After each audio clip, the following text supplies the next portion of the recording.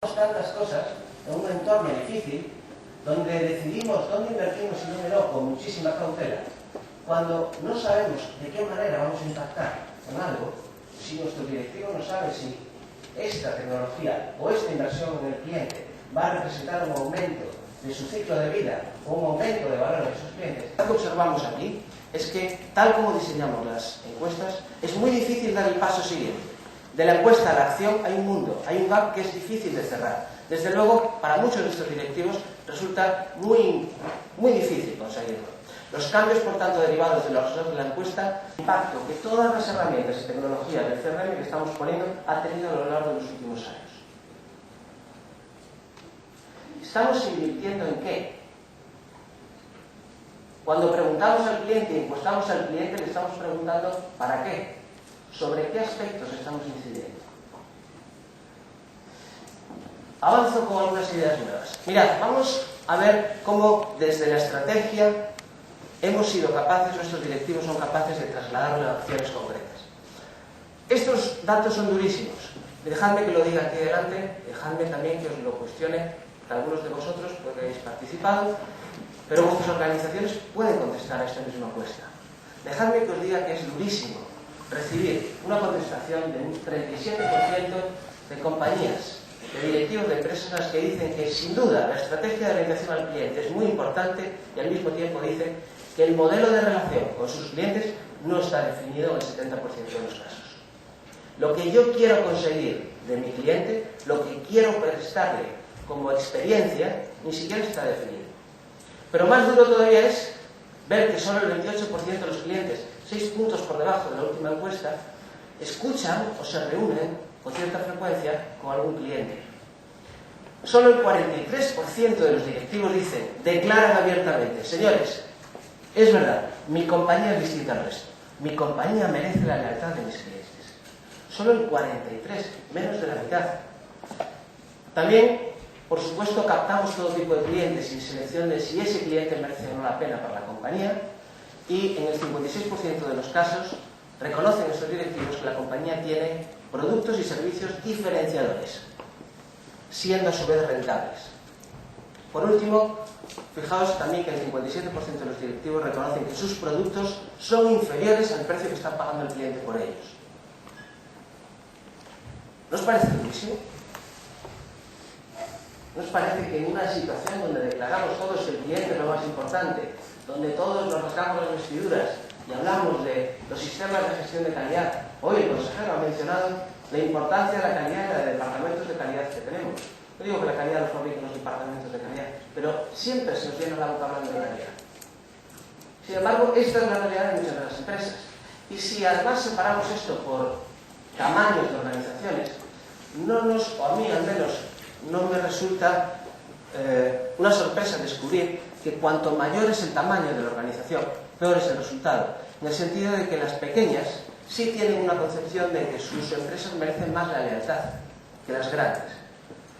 Fijaos cómo, a medida que avanzamos en tamaño más grande, fijaos cómo la curva va bajando, la tendencia baja, y se invierte menos incluso en las personas, o se habla con menos confianza de los productos. ¿Cuál es la reflexión de esto? Solo en el 30% de los casos los incentivos que pagamos a nuestros empleados recogen de una u otra forma el concepto de satisfacción o de experiencia de cliente. Solo en un 30% de los casos pagamos a las personas, a esas que les decimos lo importante que es la calidad, lo importante que es hacer las cosas bien, lo importante que es cuidar a este cliente. Solo un 30% de los casos pagamos. Y no hay nada más desesperante que decir una cosa y pagar por la contraria. Las personas normalmente hacemos aquello por lo que nos pagan, no por lo que nos dicen.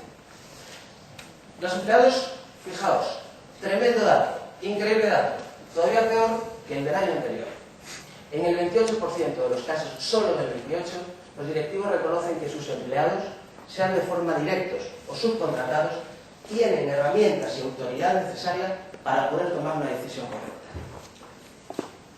¿Qué esperamos, por tanto? Cuando yo subcontrato o cuando yo pongo empleados a representar a la compañía, a que resuelvan el problema que el cliente va a tener sin duda con la organización en cualquier momento, solo en un porcentaje inferior al 30%, le doy la autoridad, la información y las herramientas, las capacidades, por tanto, para que resuelva esa situación. ¿Qué esperamos que sienta el cliente y qué esperamos que sienta también el empleado? La desesperación de nuestros propios empleados o de partners que trabajan con nosotros. Desde luego, también un 25% de los casos, solo, también un dato inferior al del anterior, se invierte más en personas que en tecnología. Ponemos tecnologías multimillonarias que esperamos que resuelvan muchos problemas en manos de personas que ganan poco dinero y con muy poco nivel de confianza y de cercanía a la propia compañía y a la propia marca. Si invertimos más en personas, es indudable que la relación crecerá, que el nivel de impacto emocional de todos nuestros clientes mejorará. Y fijaos también, este dato se ha mejorado, sobre todo por la influencia de Latinoamérica. Hemos mejorado sustancialmente la visión que teníamos de los empleados respecto a años anteriores. Es decir, hoy nuestros directivos dicen en un 65% de los casos que como empleado, o como compañía, el empleado sí tiene algo que le puede llamar la atención en la empresa. Es decir, la lealtad del empleado puedo casi garantizar. Mirad, dentro de la organización tenemos muchos problemas. Eso es indudable. Pero algo que es fundamental es qué mensajes y cómo formamos a las personas que tenemos en el mundo de la atención al cliente. Les formamos solo en el 23% de los casos como expertos en encantar a los clientes. Les hacemos sistemas automáticos, pero de carne y hueso. Hablamos de training. Les creamos ciertas habilidades para ser como papagayos, que son capaces de repetir lo más rápidamente posible un determinado mensaje. Pero no les damos la información, no les trasladamos el compromiso de que tu misión no es dar una información. La información te la dará el sistema. Tu misión es encantar al cliente, es asegurar que la relación de este cliente con la compañía seguirá durante muchos años y que es una relación rentable y que ese cliente seguirá siendo o será en el futuro un apóstol para la empresa. Pero esa es la misión que deberíamos declarar. Fijaos que solo en el 23% de los casos ocurre. Tampoco tenemos mucha colaboración entre los departamentos para crear experiencias extraordinarias. Por debajo del 35%, un responsable de experiencia o de encantar al cliente, una dirección, un departamento, un área, algunos recursos concretos. Y, bueno, aspectos como el concepto de experiencia bien definido y conocido por todos. Fijaos que, de nuevo, las noticias no son muy buenas. Si hacemos alguna segmentación por regiones, bueno, en Latinoamérica, en términos generales, son más optimistas los directivos, y es verdad que desde hace muchos años, particularmente en Brasil, que es el que tiene mayor peso en la muestra, tiene una cultura muy avanzada de orientación al cliente. El dato que os daba José Luis hace un momento, más de 500.000 puestos, porque asientos, porque cuando hablamos de personas trabajando en front y back office, hablamos de más de 1 millón de personas atendiendo al cliente. Y al cliente en Brasil se llama o rey. El rey es el cliente. Y hay una cultura importantísima. Nuestros empleados, desde luego también en Europa, que estamos a la cola, son expertos en cómo encantar. En Latinoamérica sí tienen una mayor capacidad de proyectar esa misión dentro de sus empleados. Y también el sentimiento que tienen los empleados dentro de la organización es sustancialmente superior en Latinoamérica respecto al resto de la región. Esto es importante y es relevante, y lo he traído aquí, esta segmentación, porque muchos de vosotros o algunos de vosotros también ya estáis empezando a recibir hoy servicio de compañías y de personas que están en Latinoamérica. Por lo tanto, este sí puede ser un enfoque distinto y una realidad distinta para el mercado local español de los próximos años y cómo está siendo la realidad en Latinoamérica. Dejadme que os hable de una forma un poco más cualitativa de algunas conclusiones que encontramos dentro de esta parte ejecutiva. Primero, señores, yo creo que esto es obvio y yo creo que todos lo podemos reconocer. Existe un enorme gap entre lo que declaramos y eso que decimos, el reconocimiento de lo importante que es orientarse al cliente y nuestra propia capacidad, la habilidad para desarrollar e implantar la estrategia de orientación. Entre la declaración y la acción, la ejecución, hay un mundo que no estamos salvando. Y esta es la primera sensación. Lo segundo, ¿cuáles son los 3 grandes ausentes? ¿Cuáles son los 3 grandes fracasos o carencias actuales en nuestro modelo. El primero es empleados con eso que llamamos empowerment. El empowerment es la capacidad de toma de decisión, basada en información, basada en autoridad y basada en herramientas. Nuestras personas, los que responden, los que resuelven en nombre de la organización, en muy pocas ocasiones realmente pueden resolver. En un número muy importante de situaciones, lo único que pueden hacer es seguir procedimientos escritos, pero cuando no está en el procedimiento, el sentido común, el compromiso de la organización con el cliente se acabó. Y ahí se nos muere esa relación. La segunda es una auténtica estrategia de experiencia. Hablamos de estrategia de experiencia y profundizaré un poco más adelante. La tercera es la sistemática, la capacidad de convertir eso que nos dice el cliente, el feedback, en acciones concretas. Yo solo haré aquí, está cortado, dice 7 claves para volver a lo básico, a experiencias que encanten al cliente. 7 elementos básicos que deducimos, 7 conclusiones básicas que deducimos de estos aspectos cuantitativos que me gustaría reflexionar con vosotros. Si alguien encuentra alguno más, me encantaría que lo compartiera. De hecho, tengo ahí un libro interesante de Leo Larusi para aquel que proponga alguna conclusión más, que plantee alguna idea que surja respecto al propio estudio.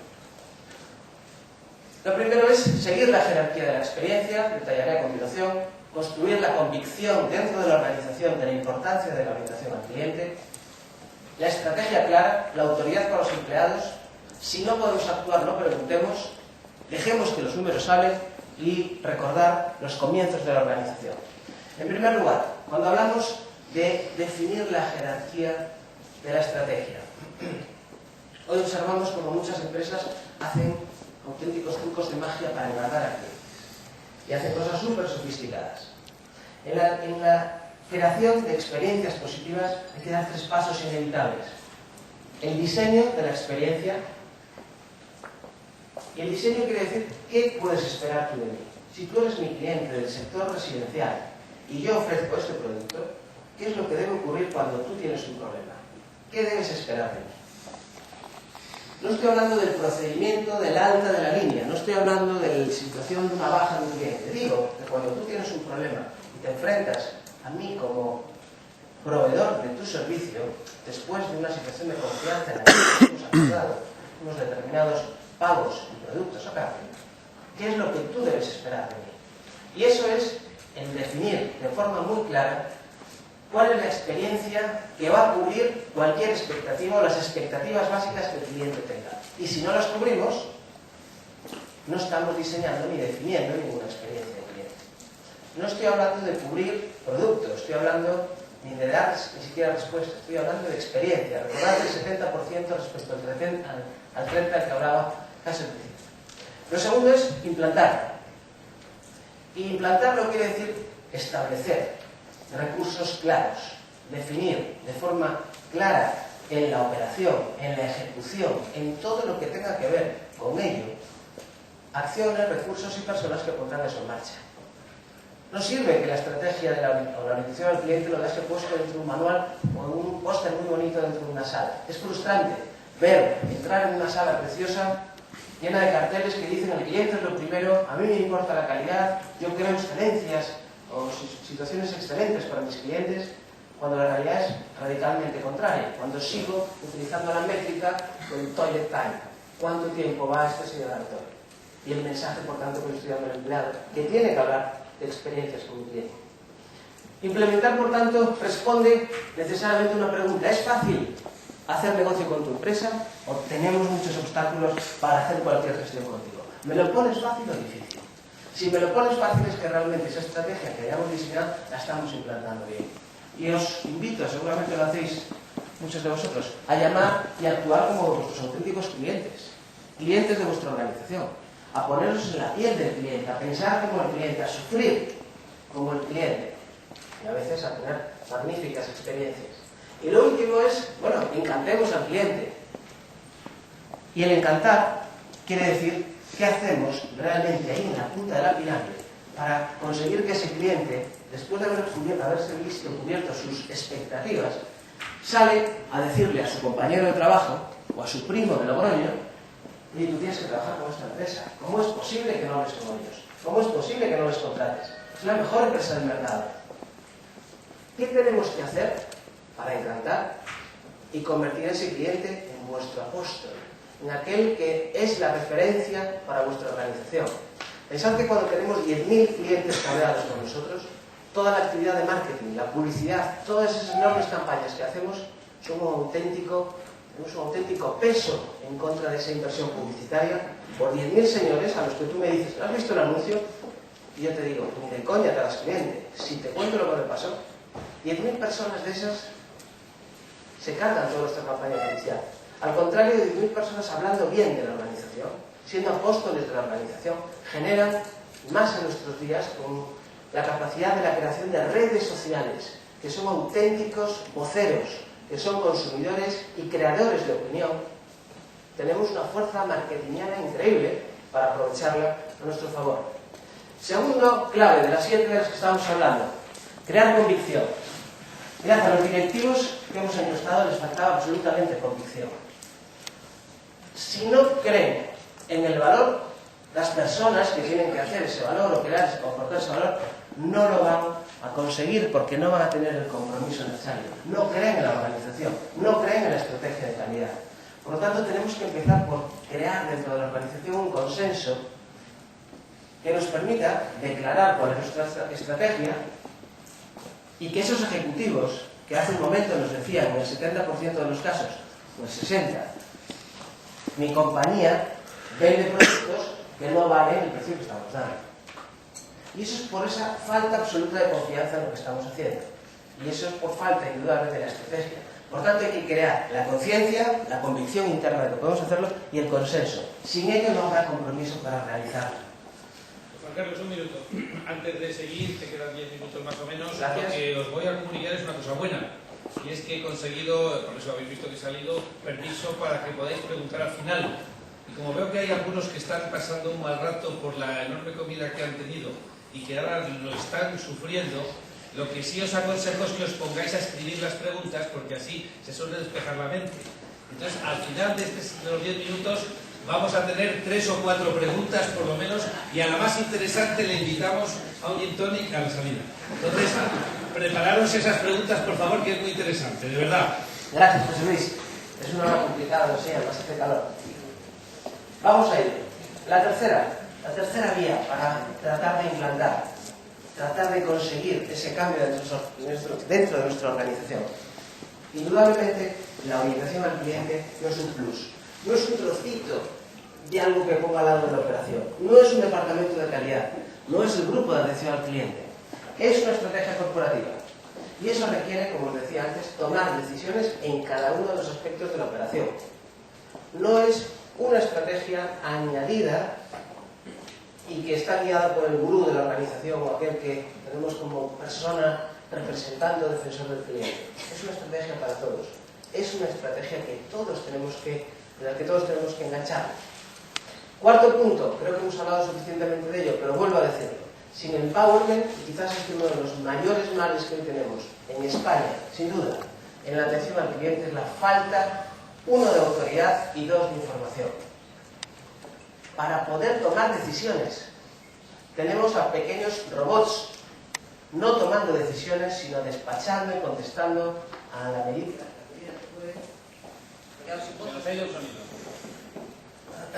Gracias. Por tanto, autoridad, información y herramientas. Herramientas, la tecnología lo puede todo hoy. Información, tenemos que llevarle la información clave. No podemos asegurarnos que nuestros agentes, nuestras personas del front, tengan que buscar y escalar la información allá donde esté. Tenemos que hacérselo fácil. Porque la diferencia entre que esté una persona, un humano, a que no esté, es su capacidad de encantar al cliente, su capacidad de tomar decisiones en hechos o momentos relevantes. Por lo tanto, aprovechemos esa situación del humano. Y desde luego la autoridad. La autoridad para saltarse el procedimiento. La autoridad para decir, sí señor, es que usted tiene razón. ¿Cómo le voy a decir que llame usted mañana que lo voy a mirar? Que no, que usted tiene toda la razón. Y si me equivoco, pues que sea la organización la que se equivoca, pero se equivoca conmigo. Porque creo en usted, creo en mi cliente. Esto es algo que requiere mucha más valentía de lo que estamos normalmente acostumbrados a ofrecer. Quinto, esto es importante. Es importante en la parte de recursos humanos y es muy importante en el cliente. Y es un mensaje directo y fácil. Si no vas a actuar, es mejor que no preguntemos. Hacer encuestas de satisfacción, de clima social o encuestas al cliente, de las miles, millones que hacemos, en millones de oleadas, trimestrales, mensuales y semanales, para no cambiar realmente la situación, es absolutamente frustrante para nuestros clientes. Escuchar cuando alguien se pone y emplea su tiempo a decir lo bueno, lo malo, o lo malo que eres, o aquello en lo que me gustaría que cambiases, o aquel procedimiento que realmente es nefasto, o aquel producto que un competidor te está ofreciendo para que tú dejes de ser mi proveedor. Cuando un cliente emplea su tiempo en eso, señores, lo único que espera es nuestro compromiso, el compromiso de la organización en que tomemos acción, en el que eso sirva para algo.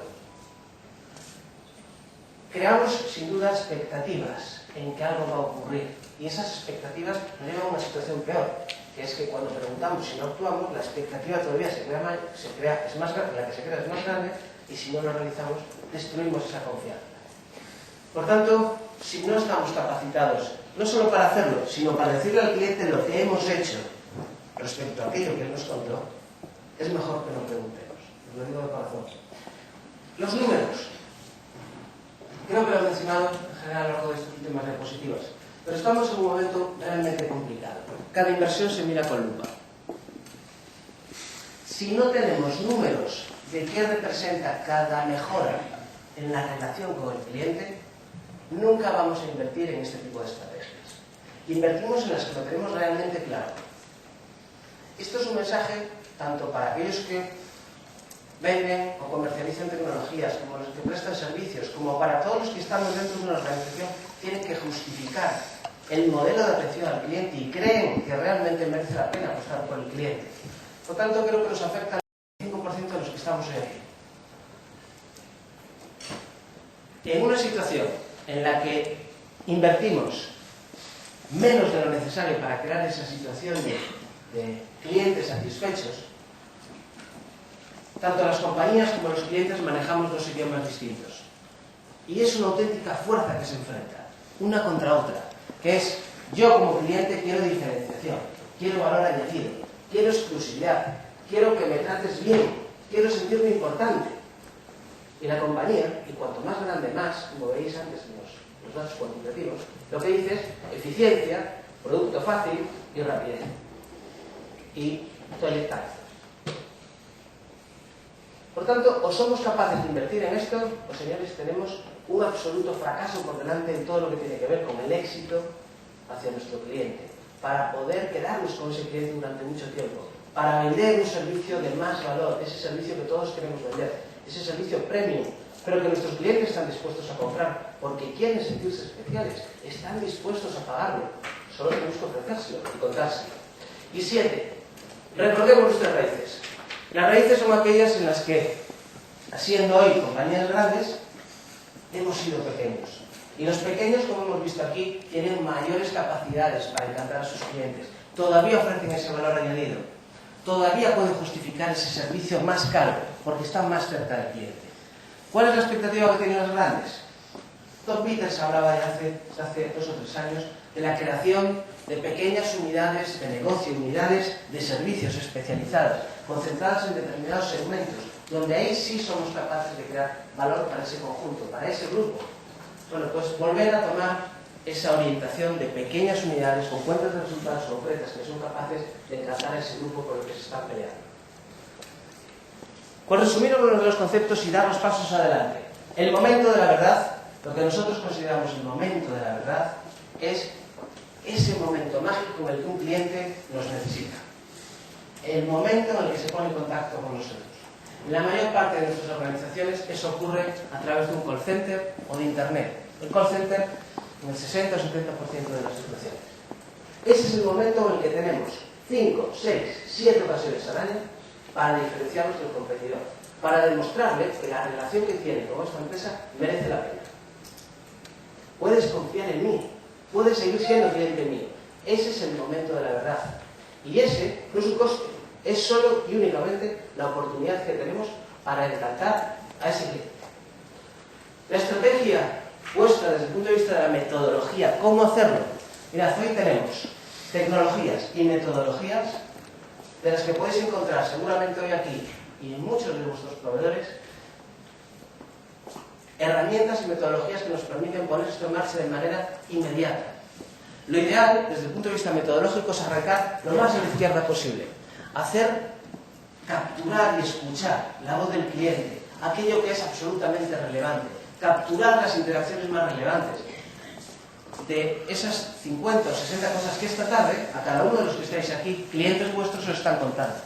Hablar de vuestros competidores, de vuestros productos, de lo bien o mal que hacéis determinadas cosas. Lo segundo es medir.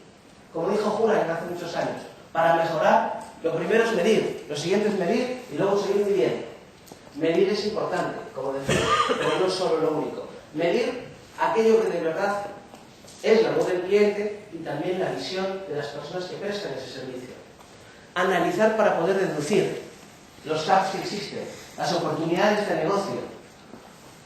Y por último, el cambio. Si nos quedamos solo en medir la encuesta de satisfacción y no provocamos el cambio, como decíamos, generamos expectativas mayores que incluso las que nos ofrece el cliente y creamos una situación de fracaso en el cliente. Hoy la tecnología nos permite capturar aquello que es excepcional. El 70 o el 80% de las interacciones, de esos momentos de la verdad, son idénticas, no nos aportan absolutamente nada. Son situaciones commodity. Prácticamente nuestro representante, la persona que representa la organización, repite constantemente mismos mensajes. Puede hacer poco. Pero hay un 30% de situaciones, un 40 o un 25, depende de la organización, donde sí hay cosas tremendamente relevantes, donde se puede meter la creatividad, la pasión, la diferenciación. Es ahí donde tenemos que conocer y escuchar y entender cómo es la organización respecto a eso. Lo segundo es, fijaos, dentro de ese conjunto de interacciones, escondidas están interacciones, muchas, las azules, las que llamamos estándares. Problemas de calidad como agente, oportunidades de ventas que no estáis aprovechando, interacciones de producto, insatisfacciones con el producto o con el servicio, o cualquier otro elemento que os interese conocer. De lo que se trata es de separar lo estándar y de agrupar. Y de cambiar absolutamente el rol de los call centers y de los centros de atención. No solo son unos despachadores, son los que tienen los 4 botecitos de pelotas de colores. Son los que saben cómo funciona el producto, cómo ha ido la última promoción, qué está diciendo el cliente respecto al competidor, cómo me tengo que anticipar respecto al mercado. Nuestro call center es el que tiene la información. No tengo que comprarlo, no tengo que buscarlo, no tengo que ir a hacer investigación de mercado. Si es que mi cliente me lo está diciendo todos los días. Y como además tengo muy poquitos recursos para poder escuchar, tengo muy pocas capacidades para escuchar, el conjunto de interacciones que tengo que escuchar son justo aquellas que son relevantes. No puedo hacer aleatoriedad en esto, porque si hago aleatoriedad, lo que hago es escuchar el 90% de situaciones que son idénticas en todos los casos. Tengo que encontrar lo relevante. Hoy la tecnología nos permite, por tanto, descubrir no el qué pasó, sino por qué pasó y qué me gustaría que pase mañana. Lo segundo es un enfoque metodológico que yo os propongo, que se hace muy poco, que es el enfoque que nosotros hacemos con muchas organizaciones, que es cuestionarnos, por un lado, cuáles los puntos de encuentro y los elementos que al cliente le parecen relevantes. ¿Qué es importante para el cliente? Son aspectos, puntos de encuentro que, como veis, dentro de una organización pueden estar 10, 15, 20, 25 situaciones, ponderadas por la importancia. Y segundo, medidas por cómo él las está percibiendo. ¿Cómo es la resolución de una situación insatisfactoria? ¿Cómo resuelves? Es un 4 de importante y tú resuelves un 2. Por tanto, hay un gap ahí. Y el gap que es realmente impactante y donde nosotros estamos trabajando y consiguiendo un importante éxito en las acciones es cuando esto mismo se lo preguntamos a los agentes y les decimos, oye, de esta situación que el cliente valora con un 4 como muy importante, ¿tú cómo crees que lo estamos haciendo? En algunas ocasiones el gap entre uno y otro es enorme y ahí es donde tenemos un problema serio. Cuando el empleado cree que eso es magnífico y el cliente está percibiendo que es muy malo. Y eso nos ocurre, sinceramente, muchísimas veces. Este enfoque permite aprovechar algunas de las herramientas que ya utilizáis, como las encuestas de satisfacción, las encuestas de clima, dando un enfoque un poco distinto y preguntándoles a todos por las mismas situaciones, no por situaciones distintas. Con este enfoque encontramos eso que llamamos nosotros la brecha de la experiencia, la brecha entre lo que el cliente cree y lo que nosotros creemos que estamos consiguiendo. A partir de ahí iniciamos acciones muy focalizadas. Mejorar es imposible si tratamos de hacer un super plan y mejorar 354 ítems en un año. Pero 10 cosas o 5 cosas sí las vamos a conseguir. Y la excelencia es eso, no es subirnos el Himalaya. La excelencia viene de la decisión de cada día en pequeñas cosas, de ser mediocre o ser realmente bueno en pequeñas cosas. Esa es la excelencia. Ese es el camino que tenemos que seguir, o que podemos seguir si esta es nuestra decisión. Y por último, en la concreción del cambio, existen también tecnologías que nos permiten, una vez que hemos identificado desde el principio lo que es relevante, que hemos evaluado aquello que impacta más en el cliente y priorizamos por tanto las acciones según la propia importancia que el cliente declara, entonces durante el momento de la verdad, en el real time, ayudo a mi agente para que eso se convierta en una situación mejor. Si tú necesitas una información que no tienes, te la voy a traer. Si tú tienes que saltarte 7 procedimientos, sáltatelos.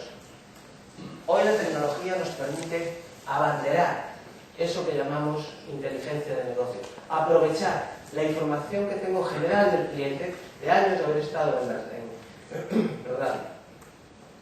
de estar conmigo, comprándome, consumiendo, diciéndome cosas, aprovecharla a mi favor y utilizarla para dar una respuesta adecuada en el momento en que la necesito.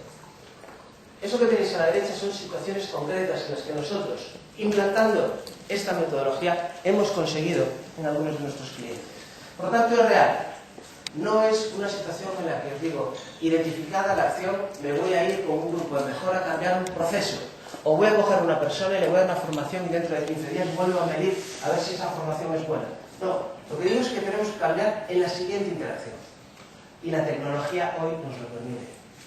Todo lo que está alrededor del real time, del momento de la verdad, es indudablemente una de las decisiones que tenemos en la mano para atacar ya mañana, para influir ya mañana decisivamente en la siguiente oportunidad que tenemos con el cliente.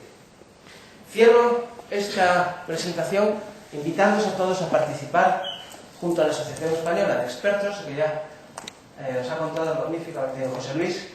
Todos los años hacemos con ellos el estudio de calidad, el benchmark de calidad de servicio. Desde hace ya, este será el 9º año, en el que medimos quiénes son o cómo son las compañías en las distintas industrias respecto a su calidad de servicio. Este año hemos incorporado importantes novedades en la forma de medir, va a tener impacto y sobre todo va a tener una correspondencia, una correlación inmediata con el resto de países en los que lo estamos haciendo. Por tanto, existirá un benchmark con Latinoamérica, entre España, Portugal y Latinoamérica.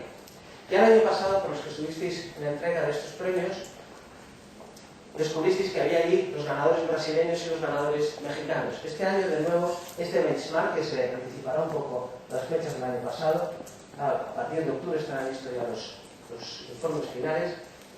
Esta entrega de premios internacional se hará en Cancún, en México. En España se recibirán los premios en el mes de noviembre. Los españoles, estos españoles participarán a su vez, lo que anunciaba José Luis hace un momento, en el premio europeo como PEPA, que quedó campeón el año pasado, y en el americano, donde participa American Express, y por el hecho de participar en este estudio se está haciendo el benchmark también contra países latinoamericanos. Todo es importante para tener una referencia de cómo estoy yo en el mercado y también cómo soy yo respecto a compañías que hacen las cosas como yo. El último mensaje. Tú puedes ser, tú, no un comité de dirección, no un supergrupo de decisión, tú puedes ser el cambio que deseas ver en el mundo. Espero que este sea un punto de inicio para un cambio hacia mejor. Muchas gracias a todos.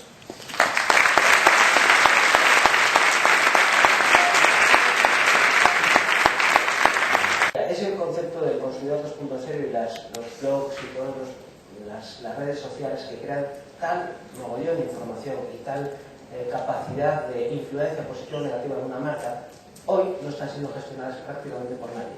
La gente de marketing, publicitario como marketing directo, no lo han asumido, no están trabajando sobre ello, siguen trabajando en los conceptos tradicionales de la relación tanto directa como publicitaria, y la gente de la atención al cliente, los conceptos de call center y si quieres también los centros de respuesta de internet, siguen estando todavía muy focalizados en lo que son las interacciones, fundamentalmente las que yo provoco y las que el cliente reclama. Pero nadie lo está gestionando y esta es, Javier, sin duda una de las enormes oportunidades. Yo creo que este es uno de los roles que las personas reciben al cliente, porque son, sin duda, dentro de la organización, los que mejor conocen al cliente, los que mejor conocen a los usuarios, los que pueden trabajar en esa línea y crear información alrededor de estos blogs y tratar de, no digo manejarlo porque es inmanejable, pero sí desde luego gestionarlo y tratar de buscar pues una cierta interlocución positiva con todas estas redes sociales.